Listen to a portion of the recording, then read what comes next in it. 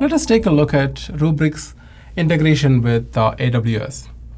If you look at our competitive landscape, pretty much every vendor has a checkbox on AWS integration.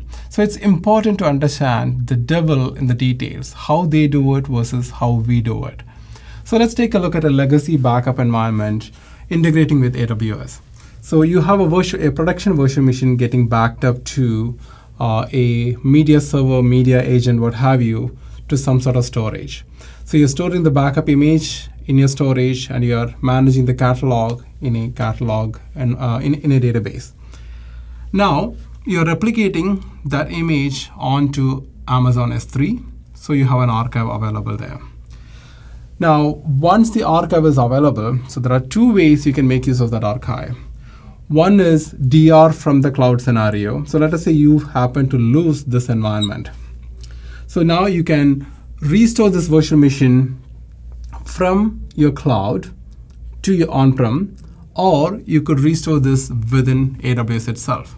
So let's talk about the first scenario. So you have lost your primary site, you brought up a new system in place, and now you want to restore the data.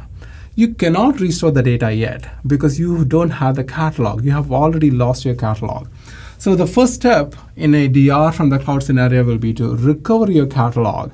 Once the catalog is recovered, then you have visibility to the images on S3 and you can start restoring. So two problems here. Number one, your RTO is affected because you had to wait for your catalog to be ready. And second, you're always bringing things back in full. That's the only way you can recover an entire VM.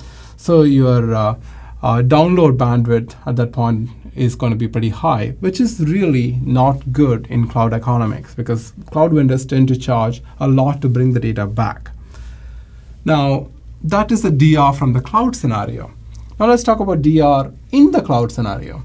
If you want to do DR in the cloud, then you need to have dedicated systems, dedicated instances of the backup application running in the cloud. So which means now you have a lot more cost associated with it because you're consuming not only just the cheaper S3 storage, but now you're also consuming more expensive EC2 and EBS to run your infrastructure.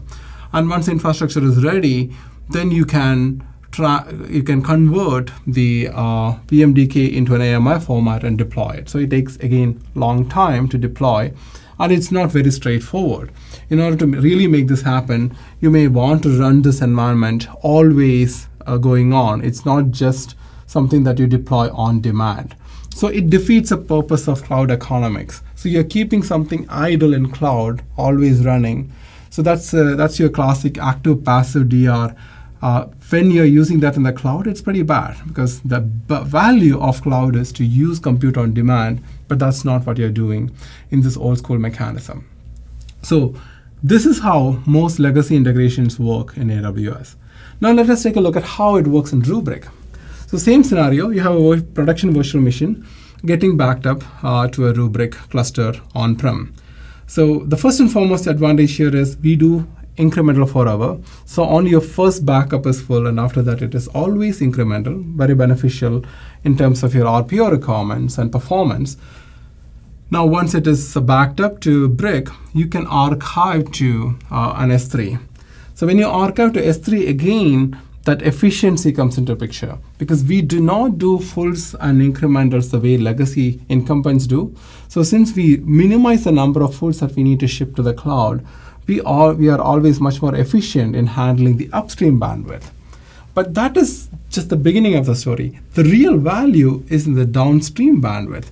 So when you need to restore specific virtual machines, for example, or specific files, for example, from the cloud, there are two benefits. When you're restoring, you only need to bring what you need because you can search and restore the individual component that you need. But that is the traditional operational recovery. Let's talk about the DR. Let's say we lost this site. So you lost this brick, you brought a new brick in, and you register that with S3. You can start restoring right away. There is no catalog backup nonsense that goes on with Brick because the way we store data in S3 is self-describing storage.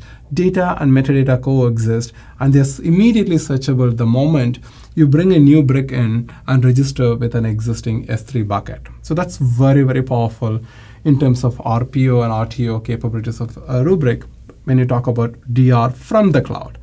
Now, how about DR in the cloud? So when it comes to DR in the cloud, you can actually you can have a cloud cluster or an on-prem cluster, it doesn't really matter. So so long as you have a Rubrik access to this 3 bucket, you can instantiate using an ephemeral instances of Rubrik on the cloud, and you can bring this VM in the AMI format in the cloud. So think about that for a second. So you don't need a permanent media agent or a media server running all the time. So which means you don't consume expensive compute or EBS just for the sake of DR. What we provide is a true just-in-time DR solution where in case of DR, you can instantiate what you need and you consume cloud resources at that specific point in time. So this way, our integration with AWS is much, much more powerful, usable, and economic than the traditional checkbox items that other vendors provide.